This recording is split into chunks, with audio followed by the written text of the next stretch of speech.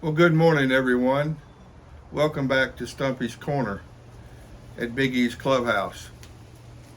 You know me so far on YouTube as someone who gets on here and predicts college football results, and um, that's how I got started. But as I went along doing these videos on college football, I looked at myself and I looked into the mirror and I said, what else can I do on this channel that uh, might help somebody with their life or their personal life, whether it's sports or business, whether it's youth uh, or adults.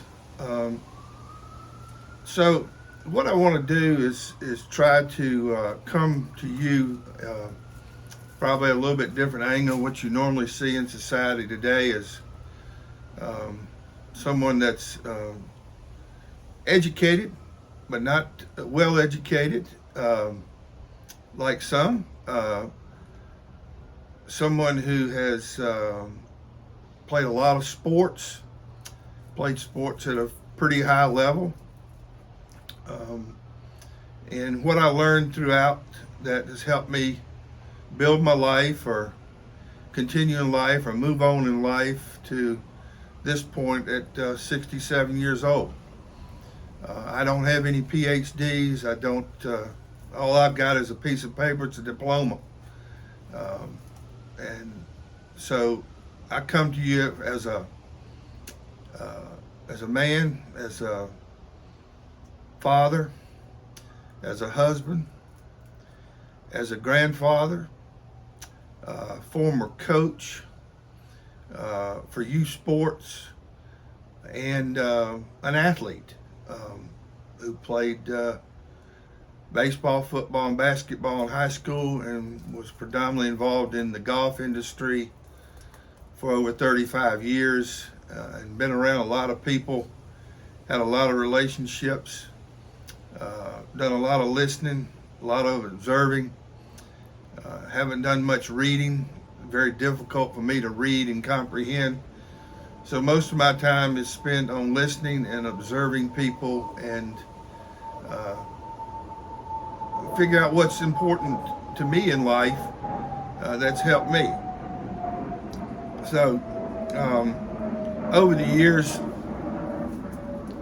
I've been fortunate enough to, like I said, be around many people and find out what drives them and what makes them tick, and that when it all settled in, it really came down to very simple ideas and simple things that made them, you can call them successful, whether they've got a lot of money or they don't.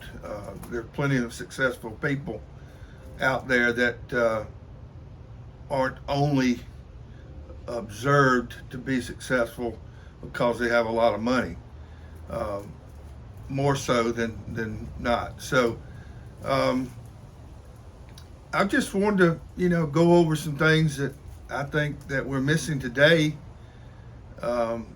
Everything's become so dramatized and money based, and that's and how you measure success, and I just want to go over some things that I've learned and I've done personally that have helped me move along, and I hope that these episodes may help you and or at least get you to think about it. That may can help you down the road. So I've titled these little episodes, "Think About It," and that's what I want you to do. I'm not here to guarantee anything. I'm not here to say anything. I just think it's time to think about it and simplify things that with all this noise out there on TV, radio, that's in front of us. We have more self-help books, and we have more things that are trying to help us out, and it seems like a lot of us are still in a tough situation. So I'm gonna try to simplify it and maybe use some life experiences that I've been in contact with or done, that can help you. So it is think about it. So that's all it is, for you to think about it. And the reason I came up with this title was, like I mentioned a little bit before, is my dad used to always tell me to think about it before you made a decision of what you're getting ready to do. And he explained later in his life why he told me that was to give yourself a little bit of time, and it will maybe give you some calmness and some confidence in the decision that you're making. And it would also help you down the road later in life that you wouldn't regret that decision, because you took a little time of thinking about it, and you felt like you were getting ready to make the right decision. And of course, not all things work out. I made plenty of wrong decisions in my life, but I don't really regret them. I probably just didn't think it out enough before I made that decision. So with that advice from my dad, it's been very valuable to me. And he also told me, nobody can make all the right decisions. So you live with them, you try to improve, but at least think about it. It'll give you a shot anyway. So that's the reason for the title. My first topic I'm going to talk about here, everybody wants to talk about success right off the bat. You got to be successful. But there's a lot of things that go into being successful, and few are easy. Most of them are hard things to do to be successful. And one of the number one things, and that's the reason I'm starting with it, success may be my last topic, because of these things that I think that need to be done before you can be successful. The first one is preparation. What is preparation? Preparation is getting ready, planning, or studying with a goal in mind, and training with a goal in mind. Getting ready for something in advance. The act of getting ready for a specific task or event. So whatever you're getting ready to do, you have to prepare for. And that's a hard thing to do today. Everybody wants things right away, instantaneously, and people, I believe, are overlooking preparation. Preparing to do something, preparing for something. And with that lack of preparation, or not enough time of thinking about preparation, I think there are a lot of missteps that happen. And I believe that preparation is a key to success, or at least giving you a chance to be successful. Also, preparation, if you can prepare well, it's going to give you confidence. It's going to give you some calmness in the event or decision, or whatever you're studying, or whatever sport you're playing, getting ready to play. It will help you, guide you through that. It gives you the possibility of being successful. The possibility of being successful. You can prepare all you want, and sometimes things just don't work out for you. They just don't. And it's not time to beat yourself up. You go back after that. If there's a mistake made or the wrong decision made, don't beat yourself up. Go back and analyze what you could have done preparing that could help you be better the next time you do it. It helps you take the right steps to achieve your goal, whatever that may be.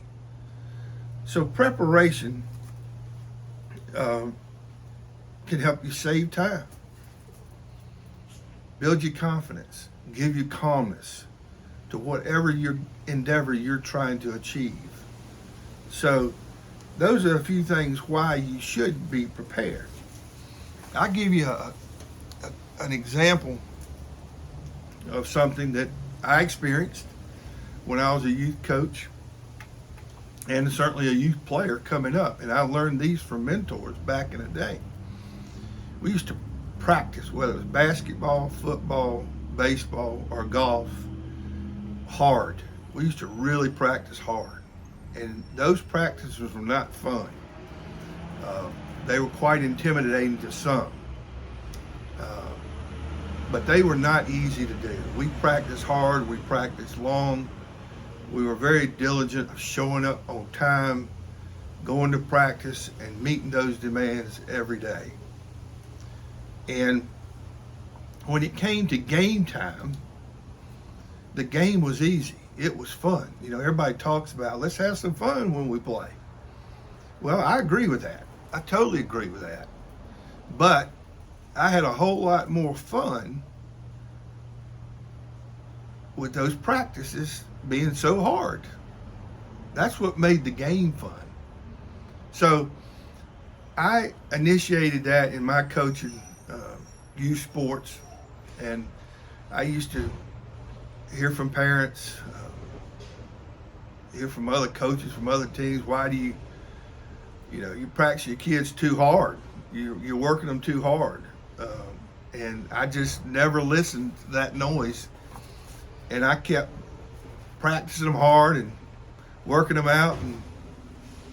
And it was when game time came along, and I saw it when my dad was coaching, or Mel Cartwright in basketball, or Jimmy Anderson in golf, that, that's the number one thing I saw, that we practiced hard, we prepared hard. And when it was game time, we were ready. We knew we were ready. Did it always work out? No, but we were more successful because we prepared hard. When we got to the game, we won games. And believe me, when I came up through the ranks of rec ball, we didn't have travel ball. We won games, and we just practiced harder, and everybody was jealous of us because we won so much. And the only difference between us winning and them not winning was what our coaches put us through preparation-wise in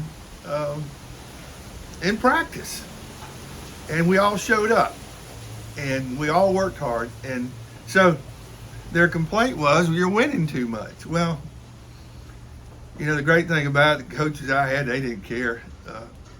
They enjoyed winning more than anything, but they enjoyed preparing us to win more than anything. And to see the smiles on our faces, that when we did win, that's what they thought was the coolest thing in the world, was us winning and us achieving a goal and us preparing to achieve that goal. And that's what made them the most joyful adults I've ever seen, was that. And they got criticized for it, unfortunately, and a lot of things changed after that. So as I was coaching, we did the same thing. I didn't mistreat my kids. I just worked them hard. That was it. I would get on them and then hug them at the end and tell them what a great job they did, and let's get after it again tomorrow and go win this game, or let's get after it and get ready to go practice. So we won. We won a lot of games. We lost, but we learned from our losses and we moved on. And just so happened we finished second one year in the rec ball league, and my son got picked for the all-star game, all-star team. And we had to select coaches for the all-star team. Well, they selected coaches. We didn't get selected because I guess we worked our kids too hard. Same thing happened, with my daughter as well in softball, rec softball, same thing. I coached rec softball too. So, but using both of these examples was Very interesting during the All-Star. Me and another gentleman I worked with who coached the team we coached.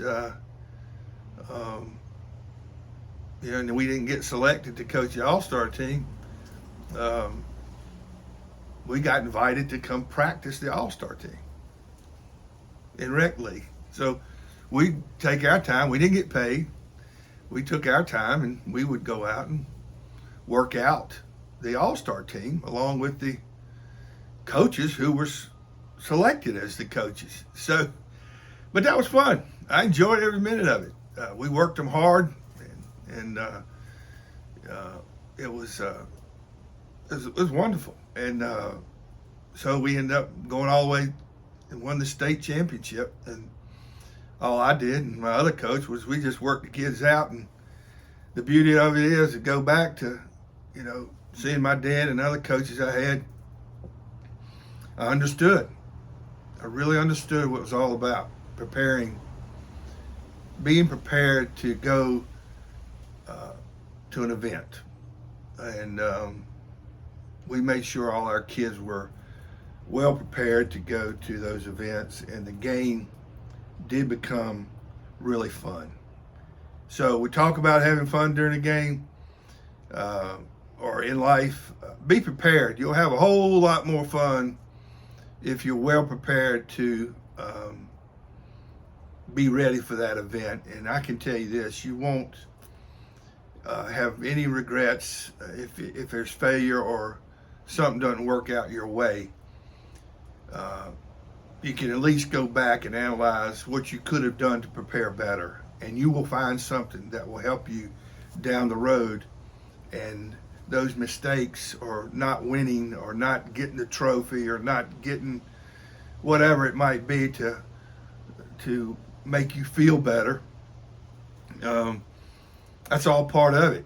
And you can at least go back and say, hey, you know what, maybe I could prepare it a little bit better to make this successful. And that's what you'll do.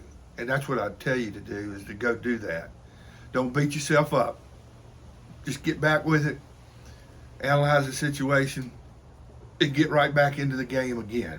So those are just some experiences I had coming up, and I look back now and they were very simple things. Was prepare hard, make the preparation the hardest thing you can make it, because the event, once you get to the event or that goal you're trying to achieve, it'll be a lot easier. You'll be more confident, more calm, and at least you'll have something to analyze and look at back that you can do to improve yourself, to make the next time even better if it doesn't work out for you.